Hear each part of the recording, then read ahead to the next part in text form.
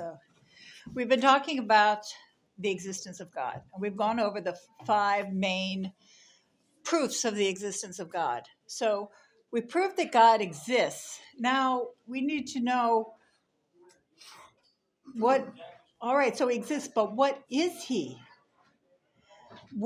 In other words, we're asking, what is his nature? You're human beings. You have a human nature. What is it? What does it mean to be God? The nature of a thing means what is it in its essence? If you break it down to its core, what is it? And you usually can find out what something is by what it does. I mean, as human beings, we can only observe things and draw conclusions from it. So we look at activities to decide what characteristics something has. Because we learn the nature of something by its acts. So, for example, what's the nature of fire? What does it do?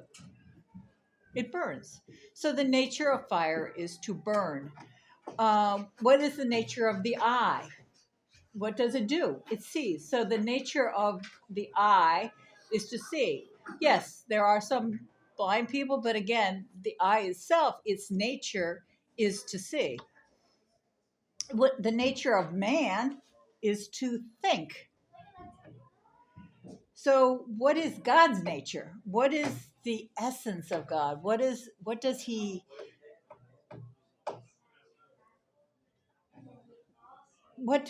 can we observe about him, about his activities? Well, we've already looked at some of his activities, and we have to look at them again. But this time we're not looking at them to prove his existence, but to see what is there in it about him. What is there in it that shows us what he is? So, and because we can't observe God, we can't look at him face to face, we have to experience God through the world around us. And we have to use our minds. So we've already reasoned.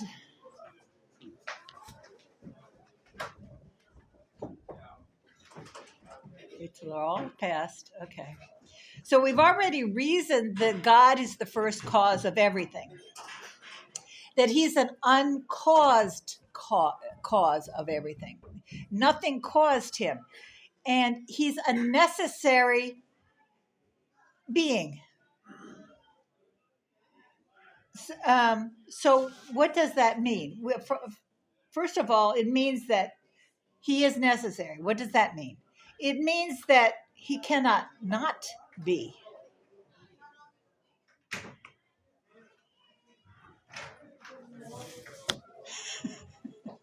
Got everybody yet? This is what happens when they don't ring the bell. Okay, so he's necessary. That means that he cannot not be. He exists. He always existed. There was never a time when he didn't exist. And there will never be a time when he'll stop existing. So what that means that's the first thing that we can observe about God, is that he is self-existent. He's a self-existent being. Nothing caused him to exist. He caused everything else to exist. He is self-existent. That means that he exists not from himself, which means he came out from himself or he caused his own existence, but he exists of himself. He always was. Nothing caused him. In other words, everything that God is comes from himself. And there is nothing outside of himself that he did not cause to exist. So this leads to to the whole idea of that. So when we talked about causality, we talked about activity and potentiality. So there is nothing potential in God. He can't move from from something to something else. He can't be more than he is. He always was this something, and that something cannot change in any way. We talked about his immutability. Again, he is he whatever he is, he always was that, and he always will be that, and he will never change in any way from what he was and what he will be. That's why he always lives in the now, because there's no potential for change, no potential for change in him. So he's pure actuality. He's he's pure actuality of existence. All things exist because of him, but he himself is the source of all and everything's existence. So we're following the logic here. So if that's true, and it is true, because we've defended that way back in the second class, uh, causality. Since God is pure actuality and existence, that means that nothing can be added to God that would make him more perfect, and nothing can be taken from him that would make him less perfect. God is not subject to causal actions. There is no cause that can work on God. So God must be perfect. He must be perfect because there is no room for change. There's nothing he could be that is better than he already is. So there has to be perfection. So from that we know then that God is perfect. Not only he is perfect, he's infinite perfection. Because that perfection existed from the beginning. As far as we're concerned, there was a beginning. With God, there was no beginning. So it was infinite. So there's nothing that can make God more perfect, and there's nothing that can be taken from God to make him less perfect. His perfection is infinite in both directions. The fact he's totally complete. He has total fullness, total completeness, total plenitude of all perfection. Anything that you can think of, it exists in him in complete perfection. So so then he is a necessary being that has the plenitude of all perfection in himself that is infinite. This being is infinite. And so therefore, God's perfections are infinite. Which leads to a third point that we can know about God. Again, we're following the reasoning. You have to follow the reasoning because you're going to be talking to people who will not accept anything else outside of that realm, because you can't get into religion at all, because they have a different religion or no religion. You have to follow logically. These are logical steps. So since God logically has the fullness and plenitude of being, there can't be two infinite beings. We discussed this again early on, but we need to again go back to it because now we're talking about his nature, not his existence. So there can't be two people, two gods, or two beings with this infinite perfection. Because if this one was infinitely perfect and this one was infinitely perfect, they would have to be identical. And they're, in other words, the one person. Because if this one was different than this one, that meant this one lacks something this one had, or this one has something this one doesn't. Can you see the logic in that? So there can't be more than one.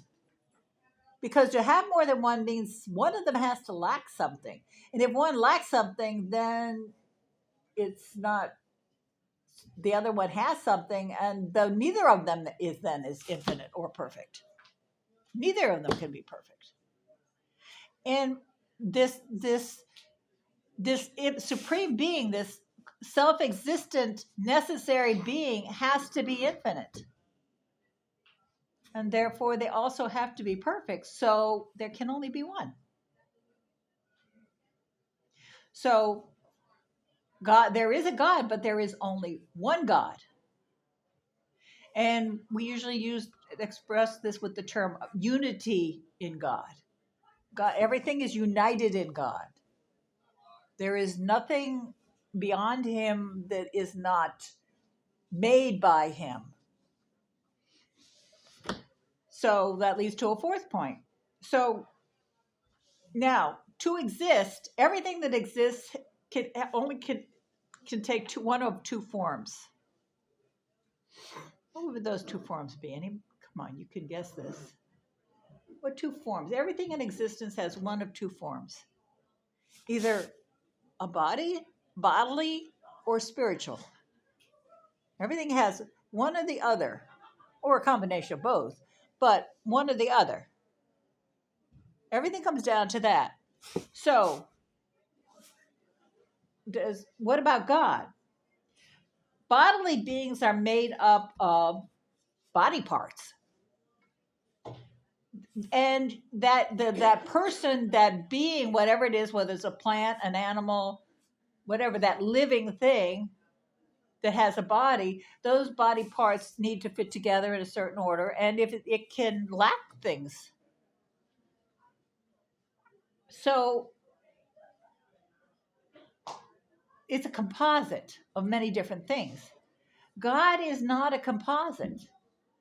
God is not made up of parts. So God can't have a body. God has to be spiritual. The soul is one thing, only one thing. It's a unity in itself. God is complete spirit. So that complete spirit, in the case of God, then, God is a complete spirit that is infinite and perfect. So God is a spirit infinitely perfect. Following that line of logic, each step that we've gone through, now we've arrived to the fact that God, by his nature, must be a spirit that is infinitely perfect. Which leads to the next step, that God is simple. And when I say simple, I don't mean simple-minded. I mean, he's simple, he's not complex. Again, something that is spiritual only has one part. The soul, the spirit. The spirit is one thing. It's not composed of parts. It's one thing. So, and in that, God is simple. He possesses no other parts. Everything is contained in that one spirit. All of his perfections are contained in that one part of his being, his spirit, which is himself. His perfections are one and undivided. So all that God has, he is. Everything that he has is that spirit. So everything that he has is what he is. What does that mean then? Doesn't he have wisdom? No, God doesn't have wisdom. God is wisdom. That's what we mean. Whatever he has, he is. God doesn't have justice. God is justice. God doesn't have mercy. God is mercy. God doesn't have love. God is love. How many times have you heard that? But this is what it means. God is love. It's love is God. The two are synonymous. They're united in him. There's no separation. Like in us, you might say, well, yeah, you have patience, but you don't have this. We have parts. But in God, those parts are all united. They're all him. And they don't exist outside of him. He is all of it. We're any love that you have is only a reflection of him, because he is love. Any mercy that you might show to someone is a reflection of him, because he is mercy. He's not the sum of parts. He's not a sum of all virtues. All virtues are him. So, in summary, this is the nature of God. God is a self-existent being,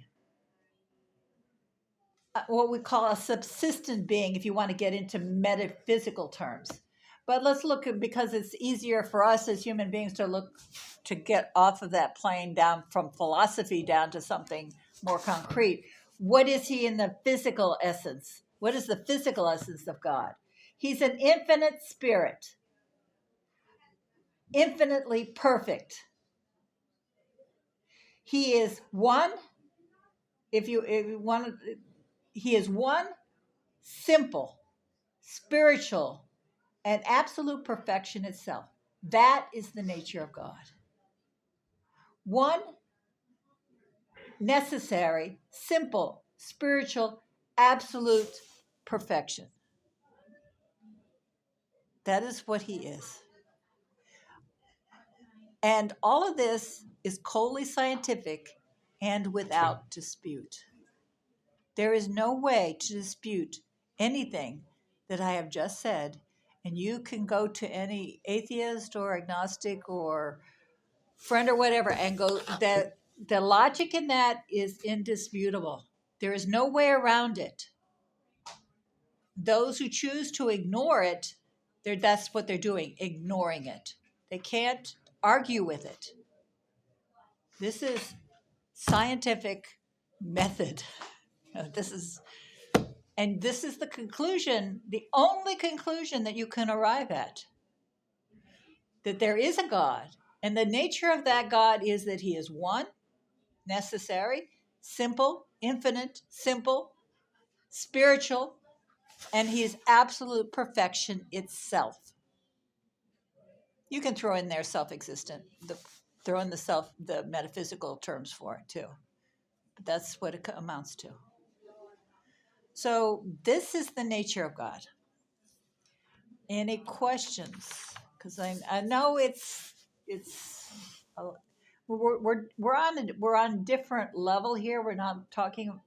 We're talking in the realm of the metaphysical, the philosophical here. So and a lot of people don't like to go there. It taxes my brain too much. Yeah. You need to go there every once in a while and think about things. What it makes, thinking about God. That's how Thomas Aquinas started. He wrote a lot about God, and he started out working with the philosophers, the pagan philosophers, Aristotle, Plato, Socrates, mostly Aristotle. Started out with their philosophies and looked at them, examined them to see how they fit in with the Catholic Church. One time he commented, he said about Aristotle, he said, "What a Catholic I could have made out of you." Of course, that was long before the existence of the Catholic Church. So, but again, there's nothing in the Catholic Church that contradicts true thought, reason. There's nothing in the Catholic Church that is unreasonable. Yes, there's a number of things that we believe as Catholics that are hard to understand, that we have to accept on faith alone, like the Trinity, the two natures of God, we have two natures in Christ, not in God. Um, there are things we have to accept because God said so. And the reason that God said so was because we had to be able to accept it because we couldn't reason to it. But what we're covering right now and what we will be covering is are things that you can reason to. And that our Catholic Church is founded on very on logical premises. And that's where you have to start when you're going out there to try to argue with your professors in college or your teachers in high school or your in-laws or your cousins, uncles, aunts, cousins, and other relatives, your boss, your neighbor. So you. So how do we square God has no body, except I guess Jesus Christ is God's body? No, Christ took a human body, and when he took a human body, he also took a human nature. But we're not talking about Christ yet. We'll get to him further on in the. But God made man in His image. In His image, because He gave him a soul. Your soul is what. Not the two arms, two legs. No, not the two arms. No. Wow. The soul, the spiritual part of you, that He put into you, which is really a part of Himself. So when He looks at you, He sees Himself. I always thought He was a man up there with the head and two arms sitting on a big throne with lights flying all over the place. Yeah. We'll know when we get there. Well, you'll know when you get there. If you actually want to see that, you can always look at Christ. He does have a head, a torso, arms, and legs because He has a human body.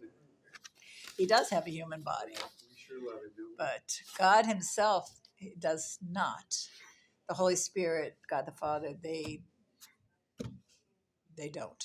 Yes. Moses said he was wanting to see the face of God, and so they mentioned the face of God in the Old Testament. So is that a metaphorical term? Or? In a way, it is, because again, Moses didn't actually get to see the face of God. He couldn't do it. He couldn't. It was too bad. Yeah, and ever after that, there was like rays coming out of Moses' head, just because, and he had to wear a veil over his face so that people couldn't look at him because his face was so bright they couldn't. That's what you get when you try to look at God. But again, it's like looking at the sun. If try to look at the noonday sun and then look around at anything else, it's sun blindness. And you can't, if you look at the noonday sun, you can't even really see anything except light. You can't see the outline of the sun unless there's clouds there to kind of obscure it a little bit. If you look, all you see is just pure light. You can't see the sun itself.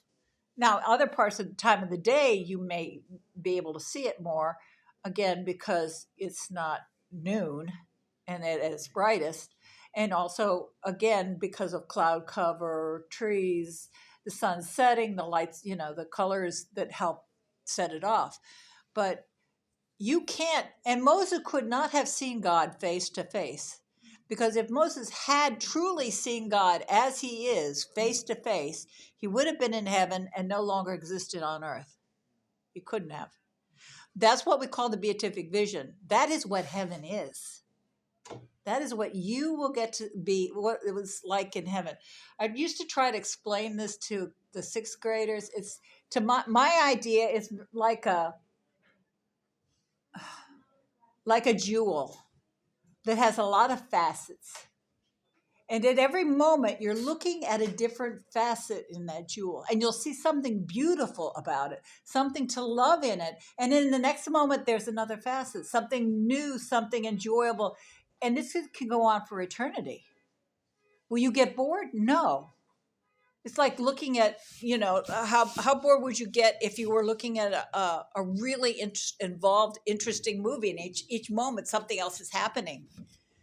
Time goes past very quickly when you're having fun, you know that. So heaven will go by very quickly, but it won't end. But at every moment, you'll be seeing something new and something different something new to know about God, something more to enjoy in God. But that's when you get to see him face to face. And even in your judgment, when you stand before him after your death and you're being judged by him, you will not see him face to face. You'll know he's there. You may be seeing Christ face to face. You can look at Christ face to face, as long as he's not in his transfigured thing. I mean, look at the Peter, James, and John. When they looked at Christ at the transfiguration, they couldn't look at him. They threw themselves on the ground, covered their heads. They couldn't look at him. But anyway, it's your judgment. You'll see either, and more likely Christ judging you, but at the final judgment, it will be the Trinity there. But you will have already seen God face to face if you're allowed to go into heaven. But until that moment, when you see God face to face, you can always be sent back to earth. You know, these people who say they died and came back, and I don't doubt their experience. I mean, we've had saints that have died and come back and told us about it. So, but they don't see God face to face. That's a good question. Can we believe anything that somebody says that they've come back from the afterlife? It's not dogma, it's not revelation, but certainly they probably could give us a lot of information that would be helpful. A lot of them have talked about what like hell is like the children of Fatima who saw the vision of hell, or some of them have been visited purgatory. Our Lady's taken them there and shown them people in purgatory. That's good to know about. It's good to know how these people suffer, that we can help them. This is the month of the poor souls. So some of them have talked about, other things in the spiritual life. And yes, that's all good to know. Certainly, but you don't have to take it as doctrine. It's now, these people that are speaking to their loved ones in the afterlife, that's not real. You mean through seances, the spiritualists? Yes, those people are inviting the devil into. Yeah, it's the devil pretending yes, to be the loved one. Yeah, right. Now, that's not to say that you might not have a relative come back after they, died to ask you to pray for them. Again, always judge it by the fruits. Right. If they're asking you to pray for them, it's not the devil. Yeah. If they're trying to get you to do something, then yeah, become a little bit careful. But if they, and again, when you die, your soul leaves your body. It does not necessarily immediately go to judgment.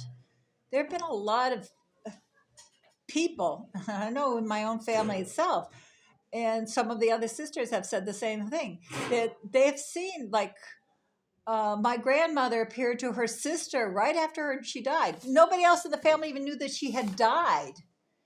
My aunt was sitting in her living room saying her prayers, and she looked up, and there's my grandmother standing. They said, "Oh, Grace, I didn't know you were coming for a visit. Why didn't you tell me?" And then the phone rings, and she turns to answer the phone. They said they were calling her to tell her that my grandmother just died. She says, "Oh no, she can't be. She's right here." No, she's not. And sometimes, because your soul is still here, it hasn't gone for judgment. And sometimes that soul wants to console people in their family, to give them, let them know, start praying for me now. Yeah. If I was my grandmother, my Aunt Stella would be the one to let know. Because she, like I said, she was saying her prayers. She prayed all day. She couldn't walk. So she spent all day in her chair saying prayers. Well, now that leads me to a question about ghosts. So if people can still walk the earth after they're dead, is that what a ghost is?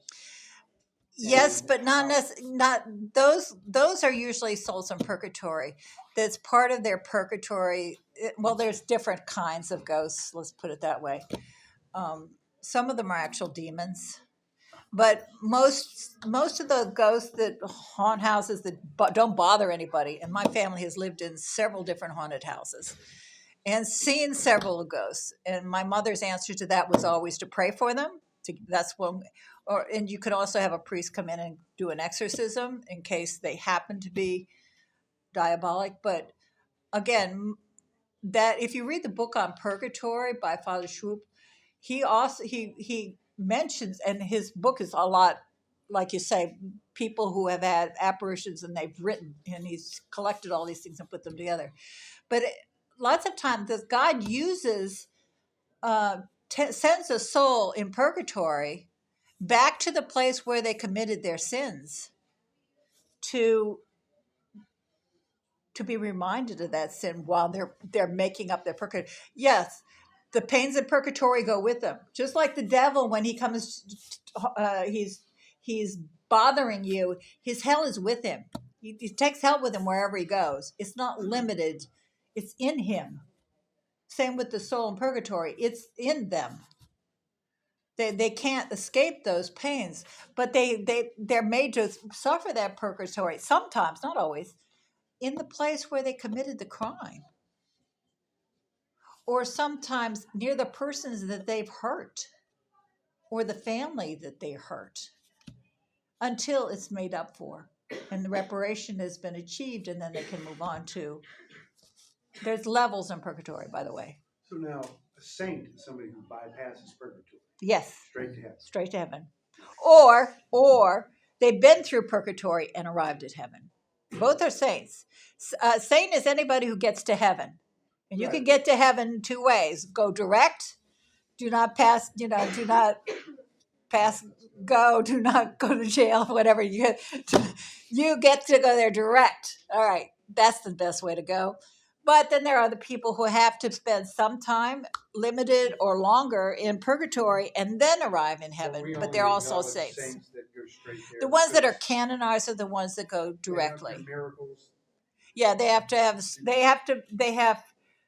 to be there. There's criteria to make that's met. But yes, and one of the criteria is a certain number of miracles. It used to be 3. I think it's down to 2 now. I'm not sure So what there the criteria. are very many unknown saints. Yes, very many, very many. Those are only the ones that we know about and that go through that process. There are many up there that we don't know. Maybe some of your relatives.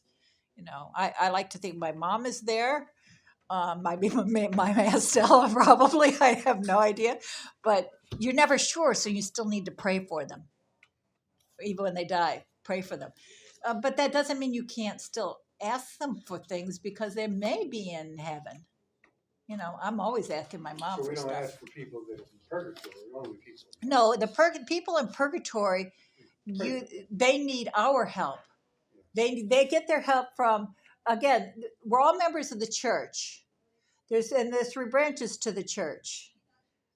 The church militant, those on earth, those that are fighting to get to heaven. The church suffering, those in purgatory, and the church triumphant, those in heaven. Now, the church militant needs the help of the church triumphant, those that are in heaven. And to some extent, they can also get help from the souls in purgatory, in that the suffering of the souls in purgatory is to help them overcome their own what they owe God. But suffering has many aspects to it, and so it can affect us as well. Their sufferings. The church triumphant doesn't need anything. They've got it. But they and their purpose now is to help those that are suffering and those that are on earth. The souls in purgatory need the help of those that are in heaven and those on earth, and we need the help of those that are in heaven. So it's that we're all working together to all try to get each other into heaven. So the souls in purgatory need our help. And they also receive help from those that are in heaven. So if you have relatives in heaven when you're in purgatory, hopefully they will be praying for you, as well as all of those that you help release from purgatory. When they get to heaven, they owe you. There's such a thing as called the heroic act of charity, and I talked this about in a long time ago religion class. The heroic act of charity is where you, as a person, offer to God everything in your life, no matter what happens to you at this moment, you offer everything in your life for the souls in purgatory, that you don't want anything from it. That's why it's called heroic. You get nothing and you give everything. So that means when you die, whatever you owe God in reparation for your sins, you now have to pay for, because you didn't get anything off while you were living. It all went to the souls of purgatory. So you're standing before Almighty God, and he says, you owe me all of this. But behind him, there's a whole crowd of people that you got out of purgatory because of that. You don't think they're not going to be advocating for you? And that if you do end up being sent to purgatory, that they're not going to get you out of there as fast as possible? Yeah, it's heroic, but you are going to get something. Maybe not right away. You're trusting in the mystical body of Christ. You're trusting in that, how we work together, the saints, all the different levels of saints. You can always, by the way, if you do make the heroic act of charity and later you want to rescind it, you can. It's between you and the souls in purgatory, Almighty God and the souls in purgatory. And you say, well, right now I want to do it, but later, maybe I really have been such a bad person. I think I need to at least take it back for a little while, and then maybe I'll give it back up again. But don't worry about it. God was never outdone in generosity, and that is one of the most generous things that you can possibly do, to give away all the merit that you gain in your life to someone else. You're resembling Christ himself. That's what he did on the cross. He gave away all the merit. Super, what do they call it? Super satisfaction for sin. Above and beyond. More than could be gained. He gave it all away to all of us. That's why you can get into heaven at all now. It's like laying down your life for a friend. Exactly. So we got off on this topic only because it's November, so it's not really off topic. So, any other questions about living, dead, deceased? The topic of today, nature of God. No questions. Yeah, do remember again this month the poor souls in purgatory, and try to pray for your relatives, and remember, prayers are never wasted. If you pray for a soul that let's say a friend of yours dies and you pray for their soul, but they're not in heaven. Maybe they're in hell. They're not in purgatory. Maybe they're in heaven, so they don't need your prayers. Or maybe they're in hell and your prayers aren't going to do them any good. So are your prayers wasted? What happens to your prayers? God knows your intent. Huh? What? It helps you. Well, prayers always help you. But God will apply them to someone. They're never wasted. God will take them and give them to someone else. It's always a good. If you don't never know who to pray for. I don't know anybody who doesn't know who to pray for. But if you have no relatives that have ever died, and you've had nobody you've ever loved in your life, or friends or anybody, then you don't know who to pray for. Put it in the hands of Our Lady. And one of the sisters in my community, whenever she wanted something, she would she would offer a mass. When she went to mass, she would offer the mass to for whomever Our Lady wanted to use it for. Now, this is bribery in the highest degree, but I tell you, it works.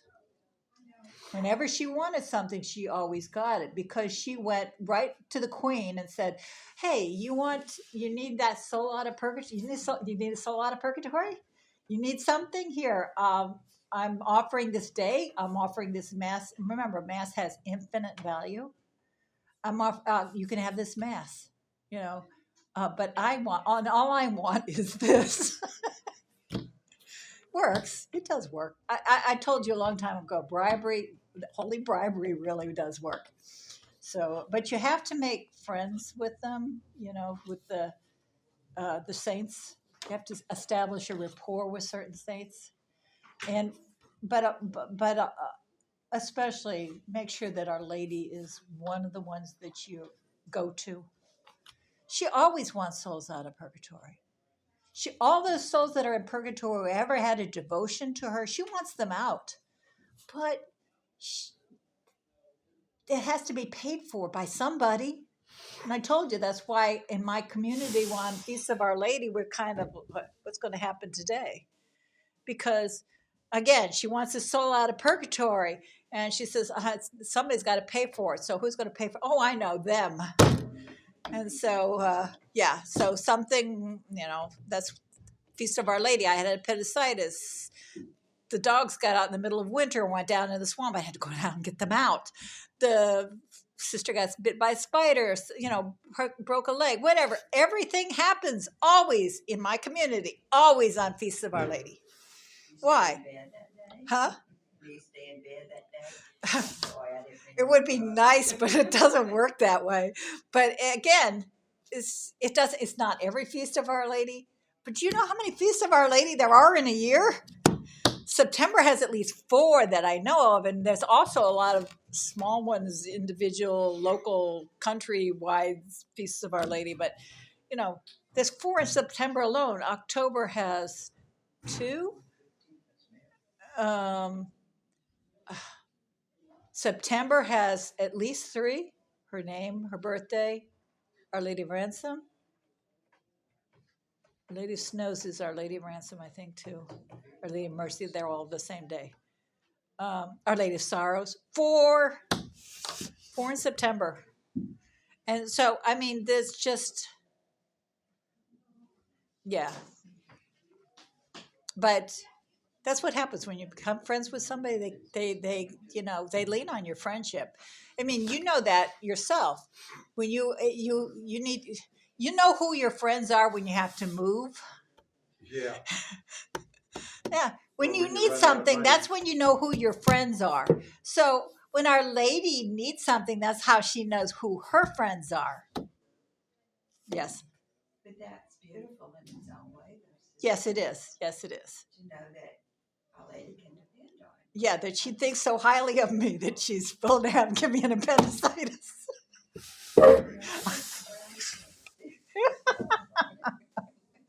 Yep. No, you're absolutely right. And that's why we don't get that upset. We don't stay in bed on those feast days. We just will say, okay, so what's going to happen today? Maybe the whole day goes by, nothing happens, but maybe it does, and then you just say, well, it was the Feast of Our Lady. Yeah. I told that to my 6th graders one time, and they didn't believe me. And one day I came into school, and I told them about something that happened, and it was really bad. And I said to them, now, I said, what is today? Oh, it was the Feast of Our Lady. Said, I told you. Oh, well. Okay.